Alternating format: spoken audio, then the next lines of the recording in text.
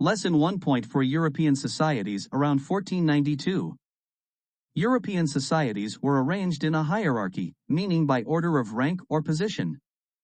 Rulers and nobles were at the top of society and they owned the most land and were the most powerful.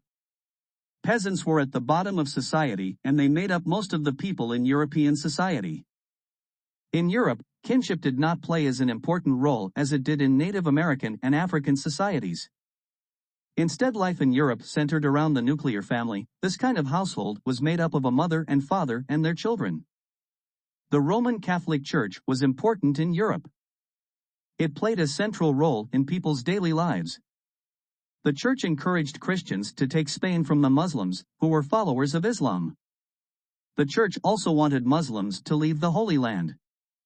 From 1096 to 1270, Europeans took part in the Crusades. These were series of wars to retake the Holy Land.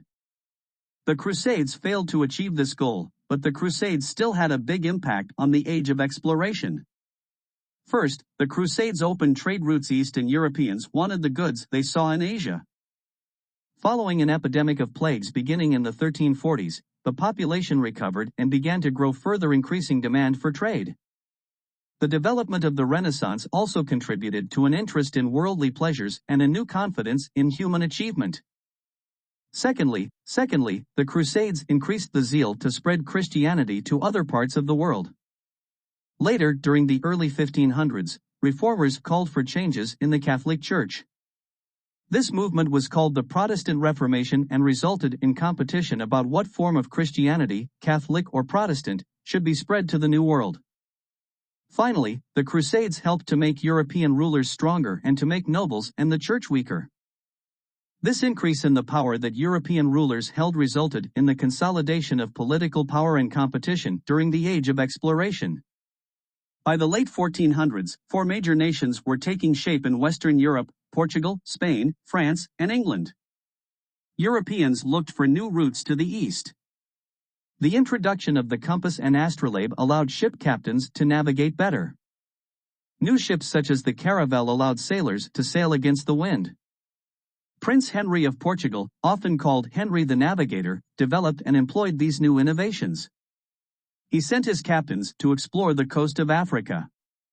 Bartholomew Dias rounded the southern tip of Africa in 1488.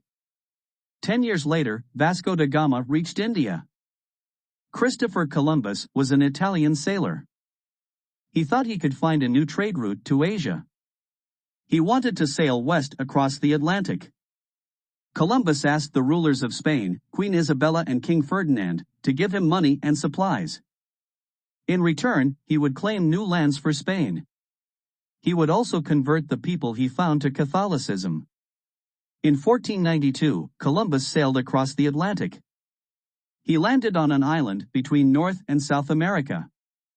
The people he met there called themselves the Taino, from their word for noble ones. Columbus renamed their island San Salvador. He claimed it for Spain. Columbus returned to Spain in 1493. He mistakenly thought that he had reached islands off Asia. These were known to the Europeans as the Indies. So Columbus called the people that he saw there Los Indios, or Indians. This name was used for all the people who lived in the Americas. The Spanish rulers funded 3 more voyages to the Americas. On these voyages, Columbus brought soldiers, priests, and people to settle the land. Spain established profit-seeking ventures in the form of plantations and mines and forced Native Americans to work in exchange for conversion, a brutal system called the encomienda system. In their conquest, Europeans had the advantage of firearms, but more deadly was the introduction of Old World diseases to the New World, such as smallpox. Native Americans had no natural immunity to European diseases and thousands died. The deaths of so many Native Americans had a big effect. The Spanish conquerors needed more workers. The Spanish began to bring Africans to the Americas as slaves. The price of enslaved Africans increased. More Europeans took part in the slave trade. Slaves were brought from Africa, across the Atlantic Ocean, to the Americas. This brutal journey of slave ships was called the Middle Passage. The Atlantic slave trade destroyed many African societies, especially in West Africa. Many of these societies lost their fittest people.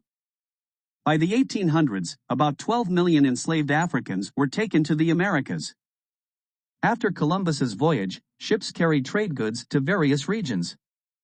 These were the Americas, Africa, Asia, and Europe. This transfer of goods came to be known as the Columbian Exchange. The Americas introduced crops to Europe and Africa. European goods were brought to the Americas. African foods were carried to the Americas on the slave ships. Many European countries wanted to claim American land for themselves. In 1494, Spain and Portugal signed the Treaty of Tordesillas. It divided the Western Hemisphere along a north-south line. Spain could explore areas west of the line. It could also start colonies there. Portugal could have lands to the east. In time, settlers from England would bring their culture to colonies in North America. These colonies would later form a new nation. The history of the United States began with a meeting of Native Americans, Europeans, and Africans. These people helped create a diverse society. The United States today is still a society of diverse peoples.